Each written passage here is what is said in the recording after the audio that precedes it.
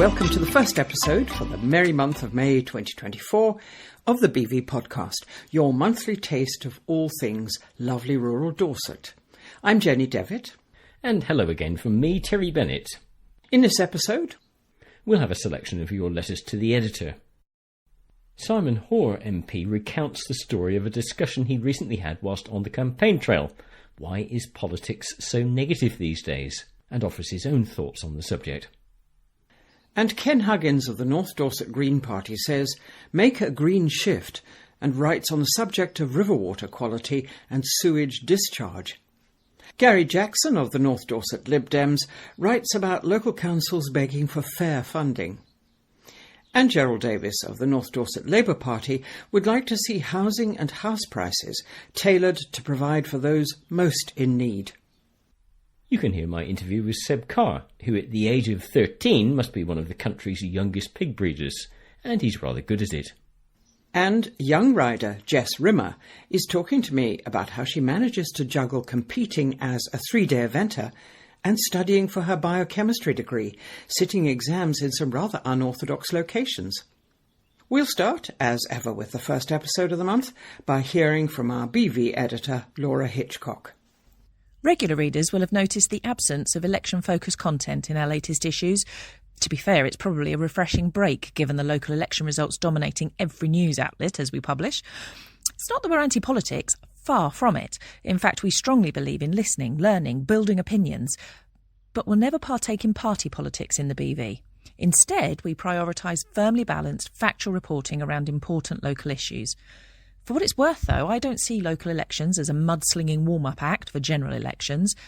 They're crucial chapters in our democracy.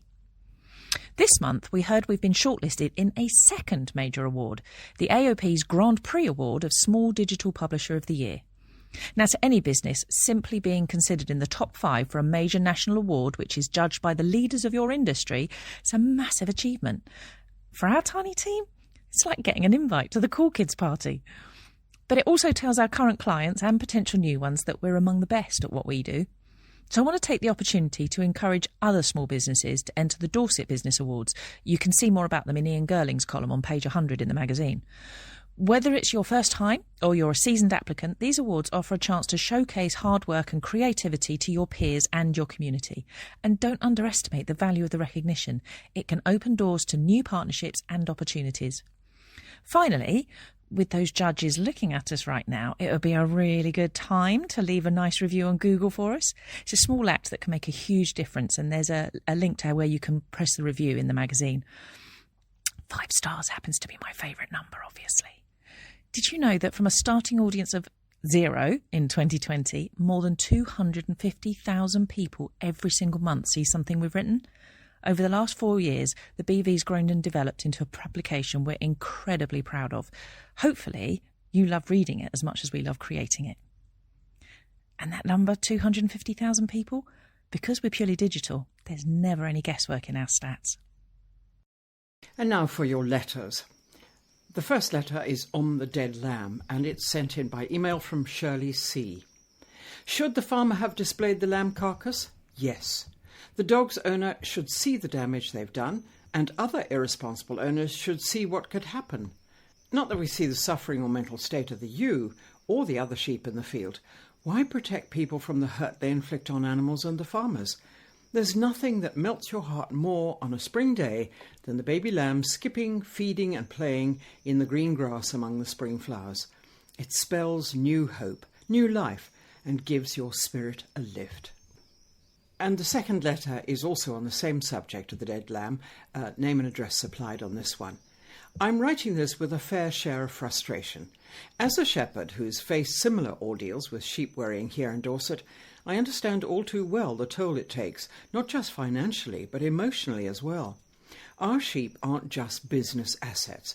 They're creatures we nurture and care for. The recent incidents of dogs attacking livestock highlight a dire need for greater awareness and stricter controls. We must protect our livelihood, but also the animals' welfare. George Kittle of Dymchurch in Kent writes as follows. I recently visited your beautiful region and happened across your publication via a local Facebook group. I'm thoroughly impressed with the quality and wish we had something similar in Kent. However, it was disheartening to read about the sheep worrying incidents. In a rural area where animal welfare is clearly highly prioritised, it surprises me to see such issues still rampant. While I understand that dogs will be dogs, the responsibility ultimately lies with the owners. It's crucial for the community to foster a culture of accountability to prevent such distressing events. Well-being of all animals should be a collective concern. Well done to the farmer in question. Ginny Barker from Blandford writes in again on the same subject of the dead lamb. She says, I'm writing to express my concern over the recent reported cases of sheep worrying by dogs. It's incredible that such incidents still occur, despite ongoing discussions about animal control and responsibility. I believe more can be done to enforce leash laws and to educate dog owners about the consequences of negligence. We need to ensure our local laws are upheld, not just for the safety of our livestock, but for the safety of all other dogs and people using our footpaths and trailways. Anna Seeley from Verwood writes on the subject of youth and gender identity. The recent findings and decisions around gender identity treatments for minors, notably the NHS's stance on puberty blockers, raise crucial points about medical interventions on young people. As highlighted by Chris Loader in the April BV, the increasing number of Dorset children referred to a gender identity clinic signals a need for us to tread thoughtfully in these sensitive areas. Whilst it's imperative to support and respect every individual's journey, including the struggles of those dealing with gender dysphoria, the CAS report rightly insists on rigorous, evidence-based approaches when it comes to medical treatments, especially those as deeply consequential as hormonal interventions. The ban on puberty blockers, pending more conclusive research on their safety and efficacy, is a prudent step. It's essential that we maintain a balanced perspective. We must provide robust psychological support and ensure that any medical treatment offered is backed by unassailable scientific evidence and is in the best interest of the children affected. We owe it to our future generations to prioritise their long-term health and well-being over immediate irreversible decisions.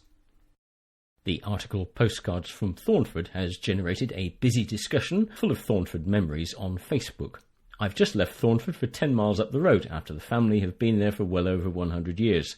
I was 4th generation there. That traction engine was cut up and buried years ago at Gables, the blacksmiths. My parents are both almost 90 and remember growing up there during the war and after. That from Ian Morgan. And Margaret Rowe also wrote in about Postcards from Thornford. She says, often walked to Thornford to go in Elwood stores. The old Mrs. Elwood would be sat at the back of the store with her white hair up in a bun and took time to speak to all her customers. We had a white cat from someone at Thornford. Mr. Chesterman was the vicar. Mr. and Mrs. Dare ran the National Garage then. We moved to Yeovil in 1970. My aunt, Lillian Clark, lived next to, or to the rear of, the chapel, and her husband, my uncle, was a blacksmith and ran Gabe's. I spent many happy times there. Everybody knew everybody back then. Politics. Election reflections. From campaign trails to optimistic tales. MP Simon Hoare has been considering why we see so little positivity in politics. I sit writing this article in the twilight zone of a local election campaign. I've been out and about across North Dorset, working alongside my Conservative colleagues to make our case to voters. As you read this, we will know the results. As I write it, I only have sore feet and crossed fingers. I was struck by one particular conversation with a lady who asked me, why is politics so negative these days? We had a good conversation, and she told me I should write my next article on the issue. So here we go. The simple answer is that it doesn't have to be. The media, and in particular social media, set traps which we politicians seem very disposed to fall into. They let us find and exploit fault lines and differences, to motivate people by opposing things, to serve up a diet of we don't like, we want to stop, this makes us angry. However, most people are optimists. I certainly am. My glass is always half full. There's always a new challenge and opportunity to face, but it's not always easy when the social media trolls and others wait to pounce on one's every word. The House of Commons allows itself to be portrayed almost solely through the bear pit prism of Prime Minister's questions. Of course, there are passionate arguments and conflicting worldviews, but most of our Commons politics is actually done rather calmly and quietly. My politics is founded on what good I can do, what positive change I can effect. My politics is not founded on frowns and a downturned mouth. I'm motivated by what I enjoy about politics and public service, not what I want to stop or am opposed to. I'm happy when visiting a school or having a school visit me in the Commons, when I hear our young people's hopes for the future and the concern they give to today's challenges. I'm excited when I visit a business that's growing and employing local people, creating hope and opportunity. I'm humbled and moved when I meet carers, foster parents, or community activists seeking to make things just a little bit better. I felt ecstatic when talking to the young family who were moving in when I was canvassing. I asked them why they'd come to North Dorset, and the simple reply was, because it's a little bit of heaven, isn't it? My job satisfaction is derived from helping those who visit my advice surgery, and we can find a solution or a route out of their problem. I go to the House of Commons not to jeer and demean, but to find people who want to work together on issues. I feel only positivity when I talk to farmers about the food they're producing, the trees and hedgerows they're planting, and the real care they have for the environment. Spring, with all the new life and growth, seems to make the relevance of farming to our area even more acute than usual. Reading that back, I suspect you now think I'm a cockeyed, rose-coloured, spectacle-wearing optimist. I'm not. I'm a realist.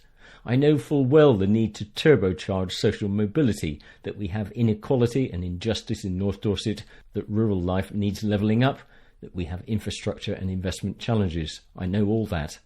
But as I said to the lady at the top of the article, I really don't believe you can have any hope of making a positive contribution and delivering help and progress if you're consumed by negativity. I don't get out of bed of a morning because I'm opposed to something or someone. I get out of bed to try and help somebody, to try and make things a little bit better.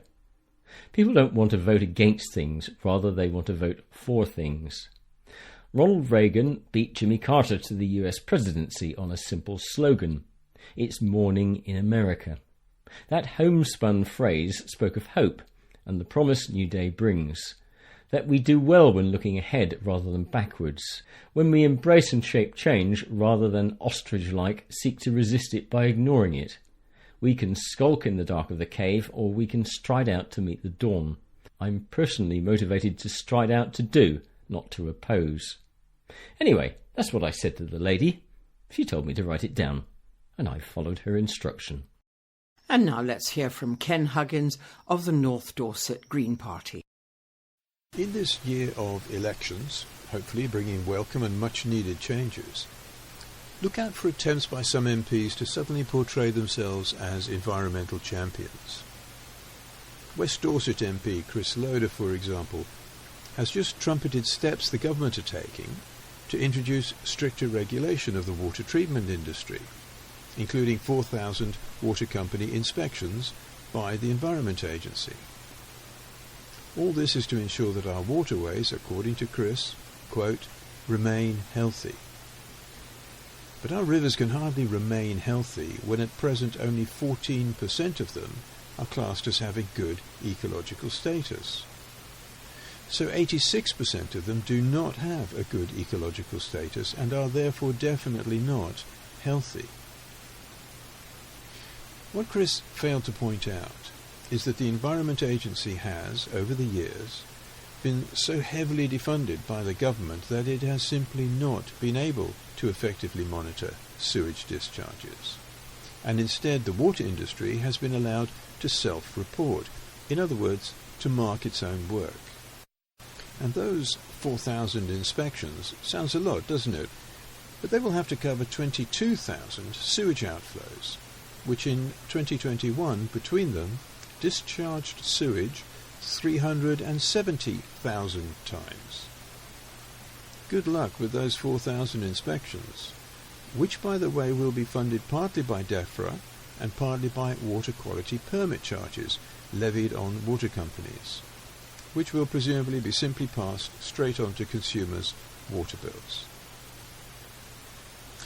Another recent environmental champion claim came from North Dorset's MP Simon Hoare, who recently stated that he has, and I quote, supported consistently the drive towards carbon neutral UK-generated energy.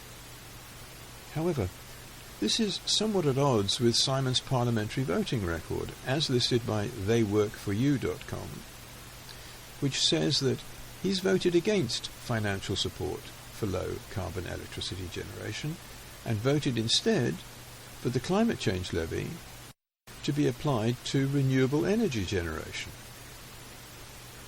And Simon has also voted 16 times against measures to prevent climate change, as opposed to 4 times in favour.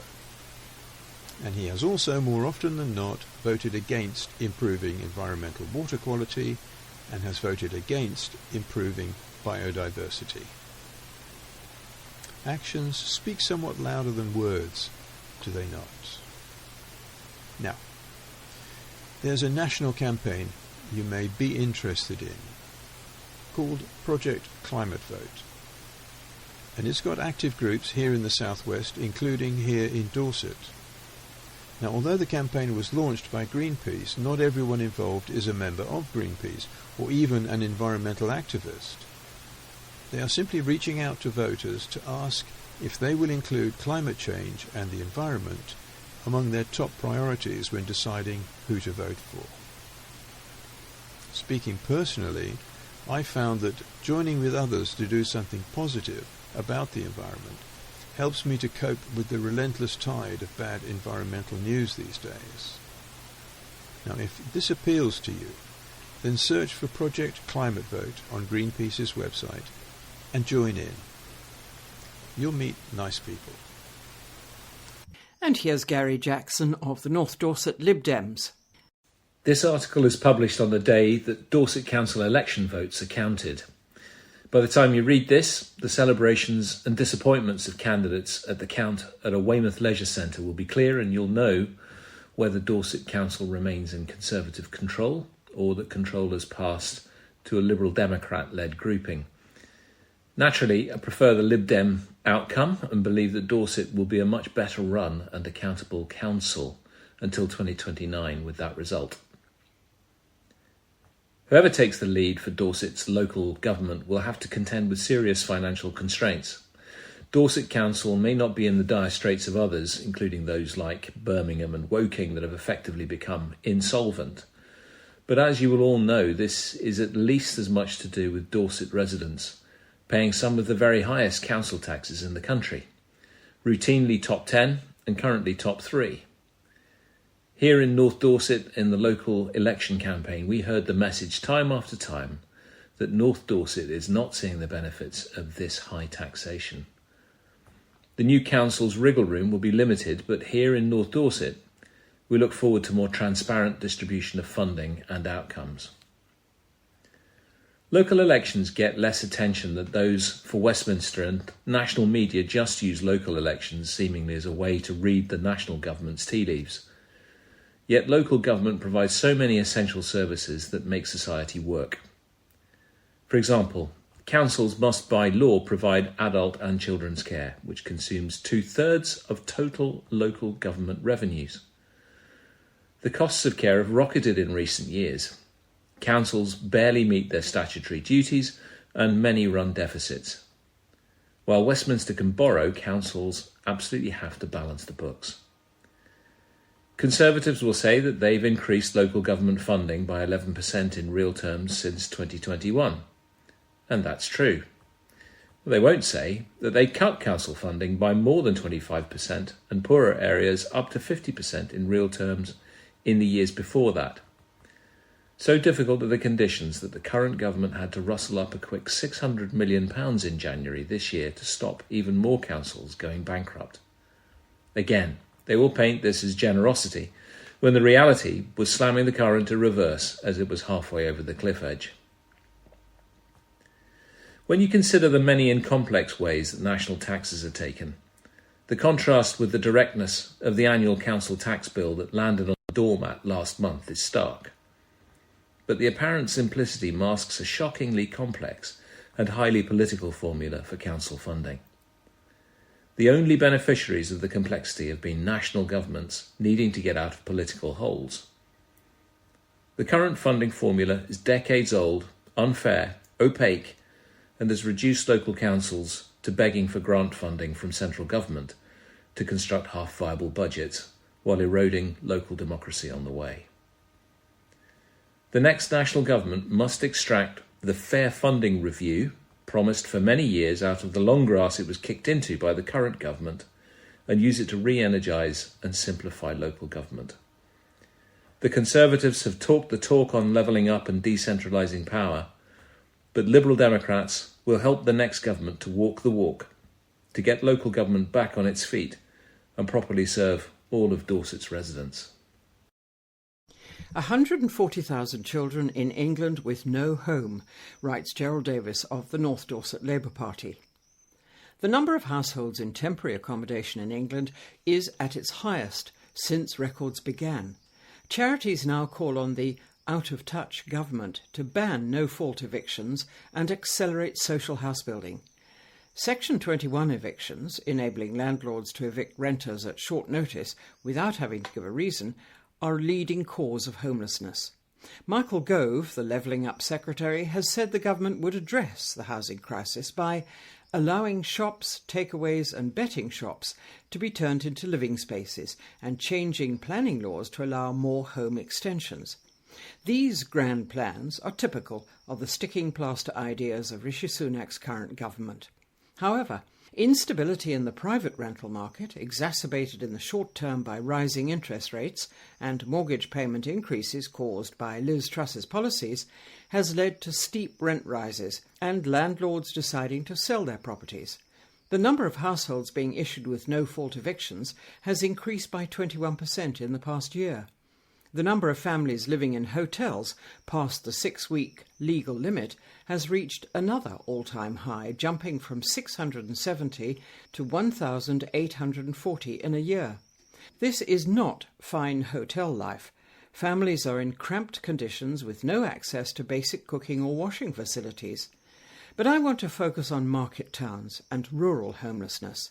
The CPRE has found that the highest level of rural homelessness is in the southwest region, where the number of people accepted as homeless by their local council has risen by 36% in 5 years. These figures only capture those known to the local council and do not include the hidden homeless. In my own village, I've seen people living in a minibus in one case, and in another, people living in a summer house in the garden. The only way this crisis can be tackled is by building significant numbers of truly affordable homes for purchase and for social rent. This requires a major change of emphasis by Dorset Council, but this is never going to happen under this current government. Poor housing conditions cause poor health, poor educational attainment and unemployment, and can lead to an increase in crime. For too long, this government has protected private landlords. Why? Perhaps because so many Tory MPs are private landlords?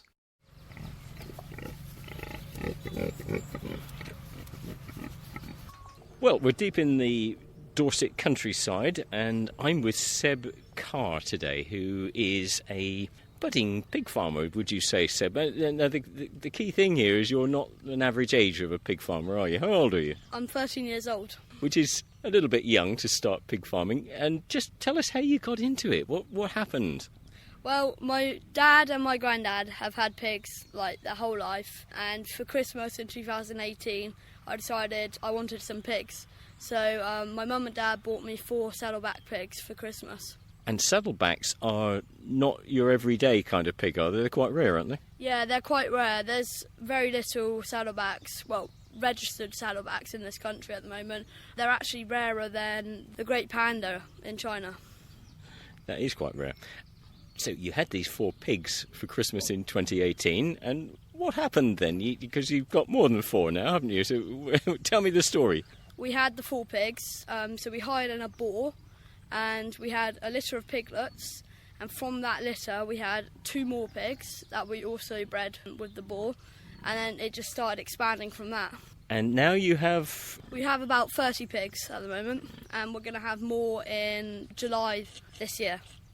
And they're all saddlebacks, I mean, as is discernible by the fact that they look like they've got a saddle on their back. They've got a white stripe across their backs. What attracted you to them rather than any other pig? I'm not so sure really. I think it might have been that they were quite rare, so it would just be a nice breed to sort of conserve. I do like the way they look with the white stripe. It's quite nice.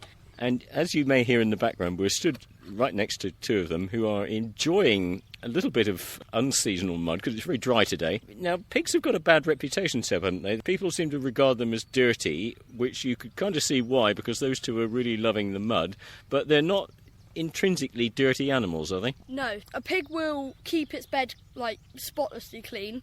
It will go to the toilet in another area of the pen. The only time that you'll see them rolling around in mud is if they are very hot, and they just like to cool down in the mud. It acts like a sun cream, really. It just covers their body. OK, so you've got these 4 pigs back in 2018. You say your family's got a bit of a history of pig breeding, but you're quite young. I mean, a lot of young people at your age would be on the Xbox and PS and TikTok and all that sort of thing. Do you do that as well, or is this just an all-consuming hobby? So I do have a PlayStation as well. I like to play with my mates on that. But I suppose I kept the pigs for breeding, really, because it's just an interesting hobby. And I don't really know anyone else my age that has a herd of pigs. And how's it go down with your friends and schoolmates? Do they think this is a little bit strange, or are they all for it? No, they think it's brilliant. So we'll sell, like, the pigs to them and stuff, and they think it's amazing, and they really like it. OK, so you've got all of these pigs. What do you actually do with them? I think you go to shows and things, don't you? Yeah, so we do a lot of shows, and at the moment we're like right at the start of the show season. So this week we're going to go to Devon County, and that's a very big show. We're hoping to win some prizes there. The pigs have to be the best of the herd to sort of go to these shows because they have to look good in the show ring. Yeah, absolutely. And you have won some awards. Now, let me quote this and make sure I get it right. The youngest ever recipient of the British Pig Association New Pedigree Breeder of the Year Award. When was that? I think that was last year. We went up to London for the big award ceremony. We had a lovely dinner there, and it was just really nice because there was loads of other pig people there. Lots of lovely music, big stage, big lights, everything. It was brilliant. Quite an occasion then. And the pigs themselves have won awards for being, as you say, sort of best in class at various shows around the country, have they? Yeah, so we've won Supreme Champion of a couple shows. We've won Mid-Somerset, Sherborne Rare Breed Show. Basically, they just have to look the best in the show ring, and then you can win some prizes with them.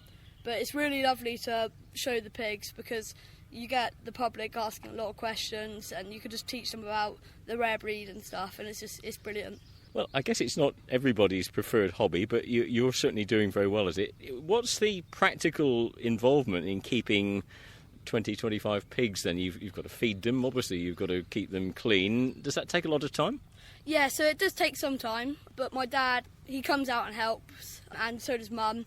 So we feed them every morning and every night. And we'll scrape them out twice every week to make sure their yards are clean. But if they're outside, we don't really have to do much other than give them water and give them food. And you do sell them to other breeders, do you? Because they are fairly rare. Yes, we sell them to other breeders, and we do encourage them to register them, especially if they have litters, so that we could keep the breed alive. But it's a bit annoying when people don't register their rare breed pigs, because then we know there are those pigs there, but if you don't register them, the numbers won't say that. Yeah, fair enough. So you've got to keep this sort of central register because they are a rare breed. You've now got a Saturday job, I gather. That's a farming-related job, is it? Yes, so I work on a small dairy farm over by Manston. I do that every Saturday, but if we go off to a show, I can't do that. It's a good little job, and it doesn't really get in the way of the pigs. And does that suggest that your longer-term ambition would be in farming? You seem to be doing all the right things to set that up. Well, I would like to stay involved in farming, but I'm not sure what I'm going to do in the long run. It would be nice to see where it goes. Well, you're very young to be making those decisions just yet. And we should say, this isn't just pigs here. We've got some donkeys over there and quite a bit of land. I've just pulled you off an excavator. What were you doing there? We were just moving some dung. Yeah, I see. And there's some chickens wandering around as well. Well, thank you for talking to us today, Seb. It's really interesting to see somebody of your age getting involved in this, and wish you every success in the future. Thank you very much.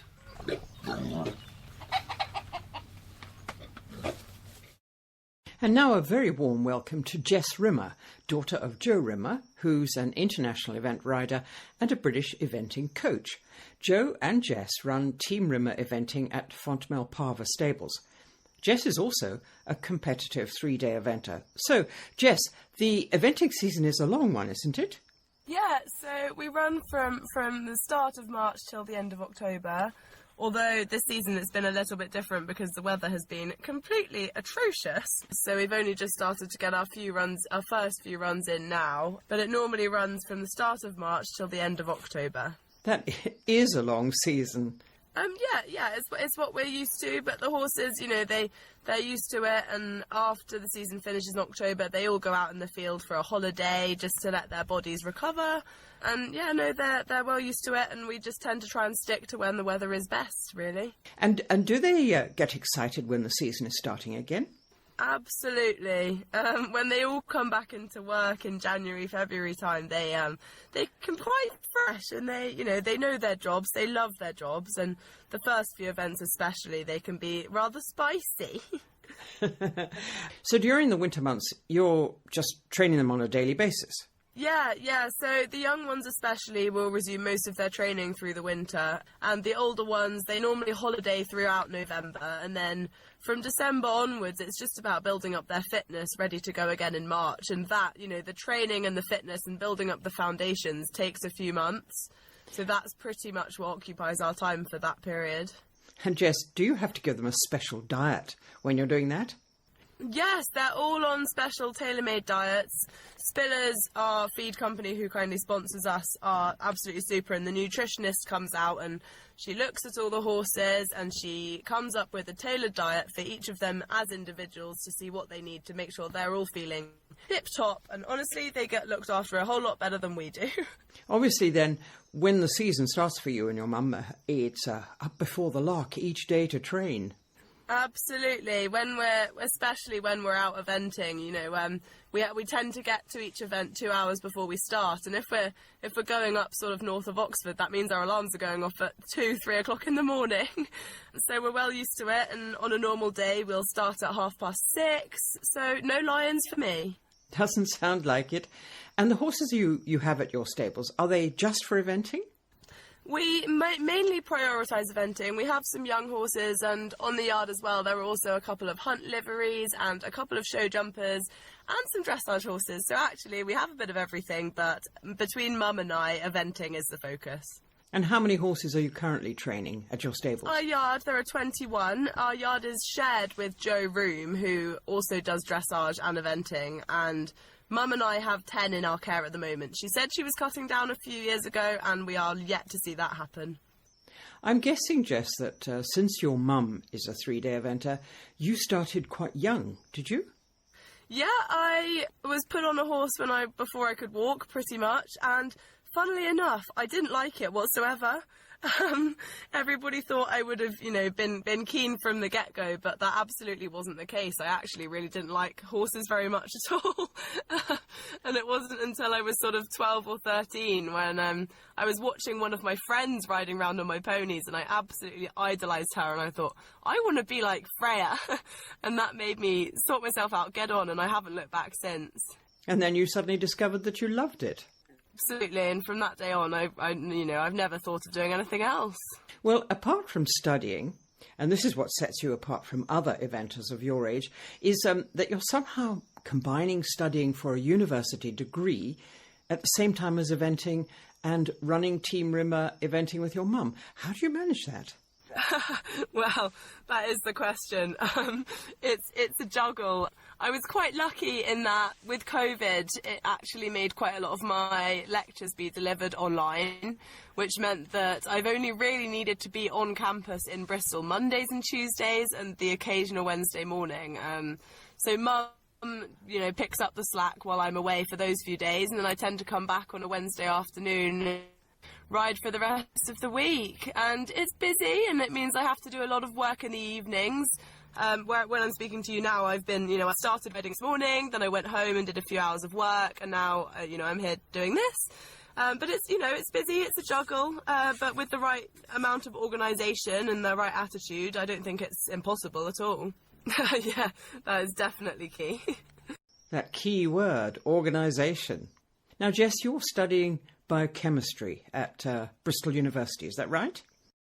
Yep, absolutely. Science and horses, not the usual combination. What was it that appealed? Why did you pick that particular course?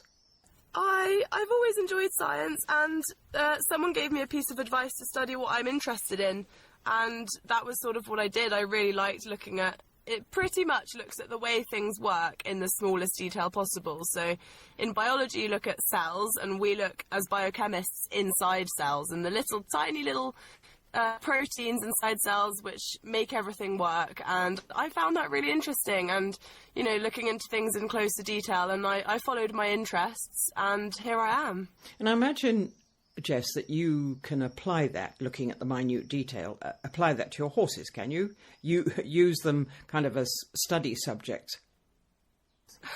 Yeah, in a way, yes, because a lot of what we look at is linked to medicine, and it's really interesting looking at the way things work and how you can come up with potential treatments to change the way things work and to improve performance, and whether in the future I might be able to connect some of the research that we're doing into the horse world to improve the performance of our competition horses, or into a veterinary front. It's really interesting whether I would be able to connect the two, definitely. So from the sound of it, it's giving you greater insight into your horses? Yeah, definitely. I mean, we don't quite work on such a large scale as horses. It's more, subcellular levels, and it doesn't really matter what the animal is, whether it's an animal, whether it's a horse or a fruit fly or a mosquito. It doesn't really make a huge difference, but it's all equally interesting because it's applied to life as we know it as a whole. Rather than specific animals. And you love sciences, and biochemistry in particular. Did you excel at those subjects at school? I really enjoyed biology and chemistry at school. I also loved English and history, and I had a really difficult decision to make when it came to choosing whether I was to pursue the humanities or the sciences. I loved sport and music, and just doing a bit of everything, really. I loved the variety, and it was hard to pick which route to go down, which is why I'm really enjoying getting involved with the Blackmore Vale, because it means I can continue to pursue my enjoyment in writing, as well as the sciences and the horses.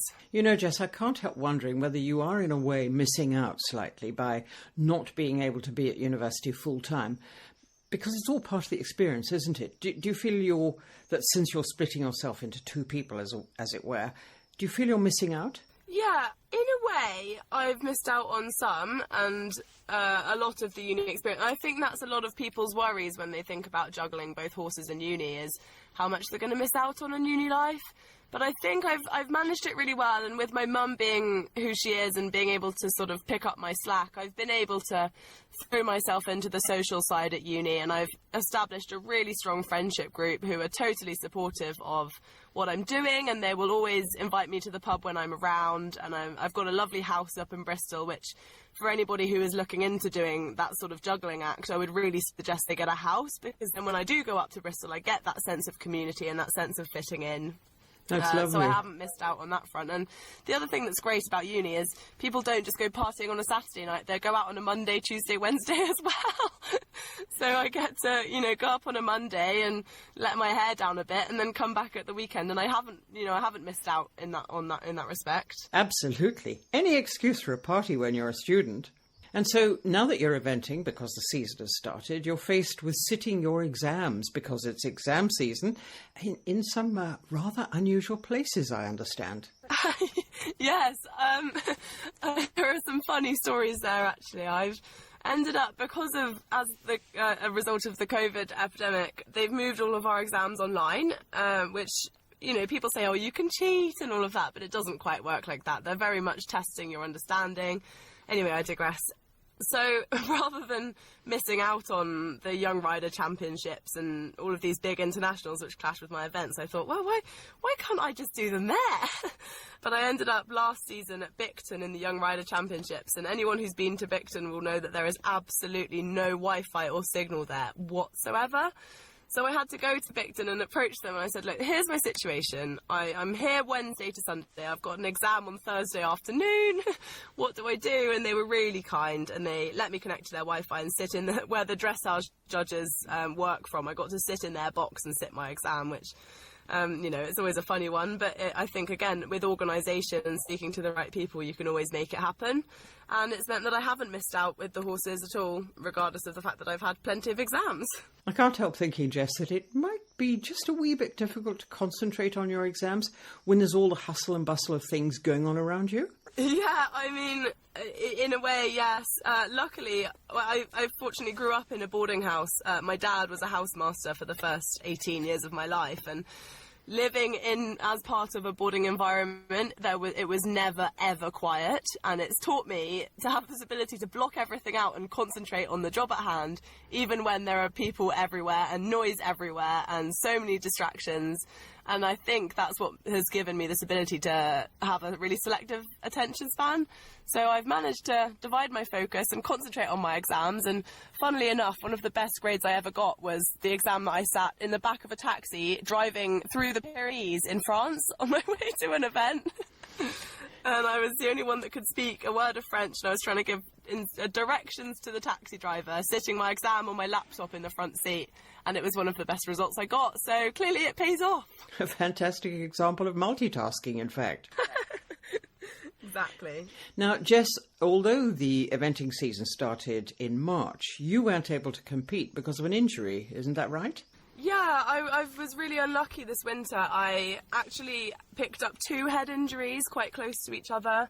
I was training a young horse on the 1st of December, and the horse unfortunately tripped and fell over, and I was knocked out for 3 minutes and had concussion as a result of that. And I came back into the sport. I missed 2 weeks of uni and a lot of the winter training, but I thought, it's all right, I'll be back for the start of the season. And I got engrossed in my pre-season training, and at the beginning of February the same thing happened again, and I got knocked out again for 3 minutes, and I was really struggling with concussion, and it has put a slight delay to the start of my season. I've had to work really hard on my rehab, on getting back on track, getting myself better, and concussion, I think, is one of those really funny injuries that's really hard because you can't see it, and people can't see how you're feeling or how it hurts or how different things affect you. And I've really learned a lot about myself and about the nature of the injury. But again, with good management, and I've had some really massive help from Hobbs and from the whole team at Foxpits, who William Foxpit trains me, and he's had a significant head injury. So he gave me a lot of advice, a lot of tips, and really helped me along the way. And with all of this management and all of this support, I got back on track, and here we are, ready to go. Marvellous. Well, you and your mum are obviously pretty tough girls, because she had a rather major injury too, didn't she? At this time last year, a year and a month ago, she was doing some pre-season winter training. Again, just nothing big, nothing exciting, and a horse fell on top of her, and she fractured her neck, her back, ribs, pelvis, and lacerated her liver. And she was in intensive care for a few weeks, and it was quite a scary time for all of us. But she now is back up. She's jumping, she's competing, she's I absolutely look up to her. She's been so resilient throughout this whole thing, and is back up and running as quickly as she possibly could. And now looking at her, I don't think you'd ever know she'd had that injury. That's absolutely terrific. Now, tell me something, Jess. I've been wondering whether you and your mum have actually competed against each other at a 3-day event.